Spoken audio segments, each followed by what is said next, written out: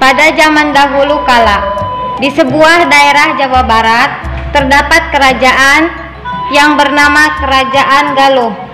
Kerajaan Galuh dipimpin oleh seorang raja yang bijaksana. Raja tersebut bernama Raden Barma Wijaya Kusuma. Sang raja memiliki dua permaisuri. Permaisuri yang pertama bernama Nyimas Dewi Naganingrum, dan yang kedua Nyimas Dewi Pangrenyep.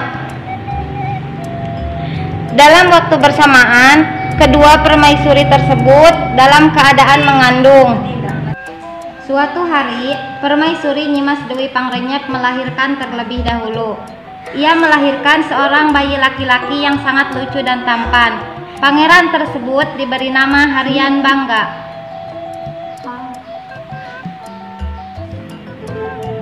Tak lama kemudian, permaisuri Dewi Naganingrum pun akan segera melahirkan. Dewi Pangrenyep bergegas untuk membantunya.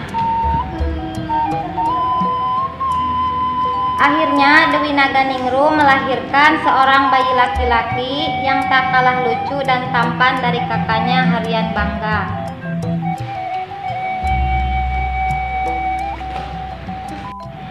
Di balik kesediaannya menolong persalinan Dewi Naganingrum, ternyata Dewi Pangrenyep tidak menyukai Dewi Naganingrum karena Dewi Pangrenyep berpikir Dewi Naganingrum akan menjadi pesaingnya.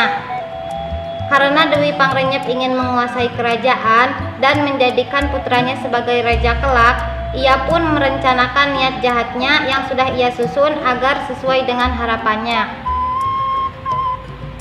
Sepengetahuan siapapun, bayi laki-laki yang baru saja dilahirkan Dewi Naganingrum ditukar dengan seekor anjing.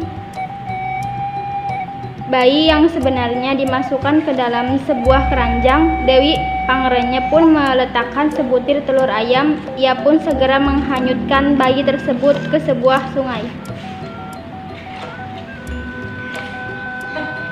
Kerajaan terjadi sebuah kehebohan. Kabar yang sangat mengejutkan menggemparkan seluruh isi istana dan rakyat. Mengetahui kenyataan ini menghancurkan harga dirinya sebagai raja. Bagaimana tidak, permaisuri yang selama ini ia cintai sudah melahirkan seekor anak anjing. Dalam keadaan marah, akhirnya raja segera memanggil penasihat raja yang bernama Ki Lengser. Ki Lengser. Namun memanggil Ki Lengser bukan untuk meminta sebuah nasihat, tetapi memerintahkan Ki Lengser untuk segera membunuh Dewi Naganingrum dan mayatnya dibuang jauh-jauh. Raja memerintahkan Ki Lengser segera melakukan tugasnya. Dalam perjalanan, Ki Lengser berpikir untuk menyelamatkan Dewi Naganingrum tanpa sepengetahuan siapapun. Ki Lengser yakin kejadian yang menimpa Dewi Naganingrum adalah suatu kebohongan. Namun, ia tidak mempunyai bukti untuk membantu Dewi Naganingrum. Ki Lengser membawa Dewi Naganingrum masuk ke dalam hutan belantara. Ki Lengser membuatkan sebuah gubuk untuk tempat tinggal Dewi Naganingrum. Setelah gubuk itu selesai dibuatnya, dengan terpaksa Ki Lengser meninggalkan Naganingrum seorang diri sebelum ia pergi. Ia pun berjanji akan mengunjunginya.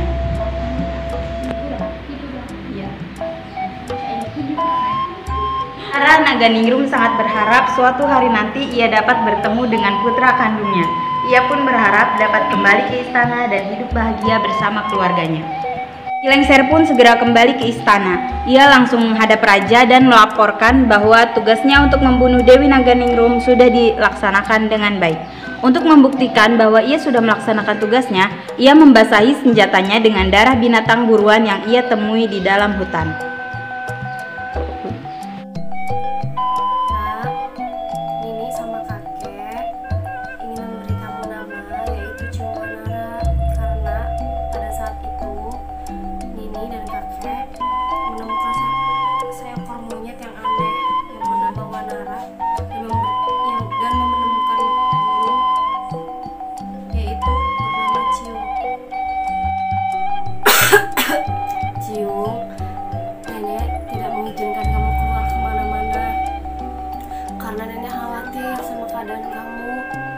Jadi kamu tetap di rumah ya. Ya udah kalau kamu tetap memaksa. Wanara tumbuh menjadi seorang pemuda yang sangat tampan.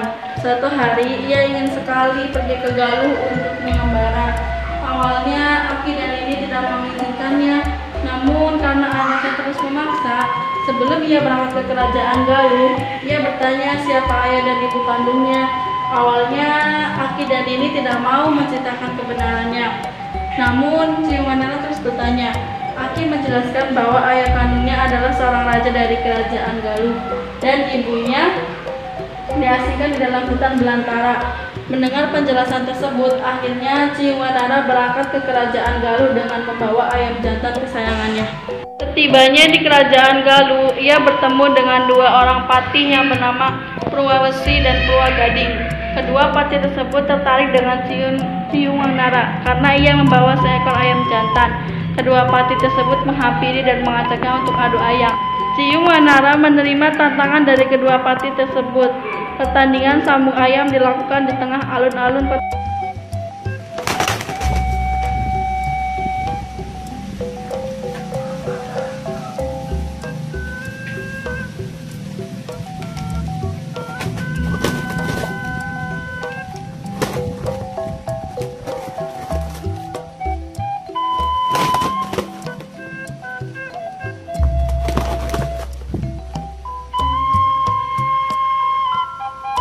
Ciung Wanara tersebut langsung tersebar ke kerajaan. Kemenangan itu terdengar oleh sang raja. Ciung Wanara datang ke istana untuk bertemu dengan raja. Ia pun membuat kekacauan di depan istana. Akhirnya Baginda segera memerintahkan para pengawal agar Ciung Wanara menghadap. Setelah berhadapan dengan sang raja, Ciung Wanara pun menyembah. Wahai anak muda, siapa namamu dan dari mana asalnya? Nama hamba Ciung Wanara, putra dari Aki dan Nini Balangantrang dari desa Geger Sunten. Apa maksud kedatanganmu kemari? Begini tuanku, hamba mempunyai seekor ayam yang aneh. Induknya mengandung selama setahun, sarangnya sebuah kandaga. Lebih aneh lagi, sebelum menetes telur ini pernah hanyut di sungai. Raja teringat pada naga ningrum yang mengandung selama setahun, sedangkan Dewi Pangrenyep sudah mengira bahwa yang sekarang berada di hadapannya adalah putra dari naga ningrum. Kedatangannya hendak membalas dendam. Kau berniat menyambung ayam denganku? Apa taruhannya? Jika ayam hamba yang kalah, hamba bersedia menyerahkan nyawa hamba. Tapi sebaliknya, jika ayam Baginda yang kalah, maka hamba mohon diberi separuh kerajaan Galih Pakuan. Baiklah. Karena Raja Galuh Pakuan merasa yakin bahwa ayam jagonya akan menang, taruhan Ciung Wanara disetujui. Baginda segera membawa ayamnya ke halaman dan diikuti oleh Ciung Wanara.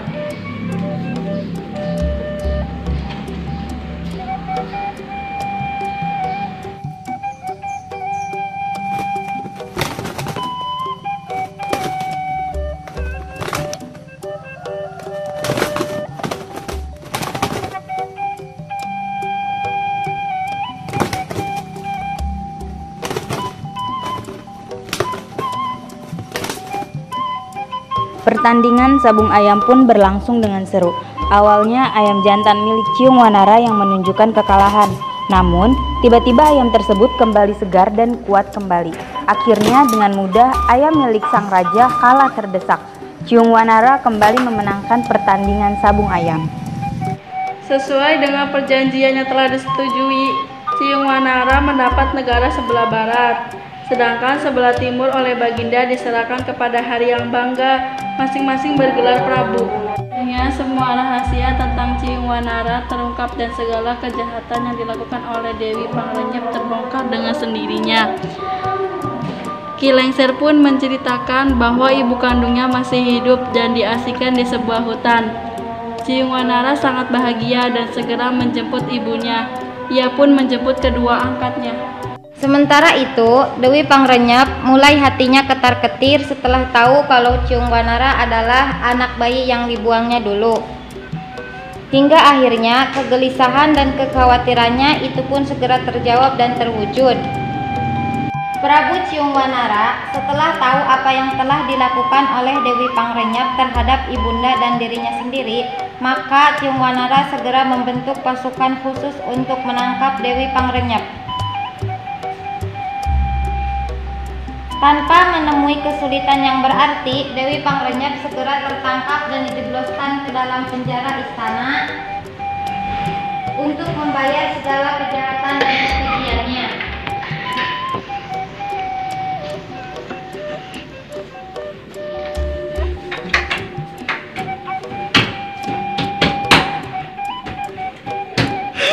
Sementara Raden Haryang Bangga sangat kaget ketika mengetahui kalau ibunya tercinta telah ditangkap oleh tentara Prabu Ciungwanara dan dijebloskan ke dalam penjara. Pertarungan antara dua orang adik kakak beda ibu pun tak dapat dielakkan. Pertarungan sengit terus terjadi dan Raden Haryang Bangga harus berlaku satria. Dia kalah terdesak oleh adiknya Ciungwanara. Setelah pertarungan itu, kerajaan Galuh benar-benar terbagi menjadi dua. Kerajaan Galuh terbagi menjadi dua karena dalam pertarungan tubuh Haryang Bangga dilempar oleh Ciungwanara sehingga menyeberangi sungai Cipamali. Dari sejak itulah kerajaan Galuh terbagi menjadi dua. Akhirnya Ciungwanara, ibunya dan orang tua angkatnya hidup berbahagia di dalam istananya yang kemudian bernama Pakuan Pajajaran.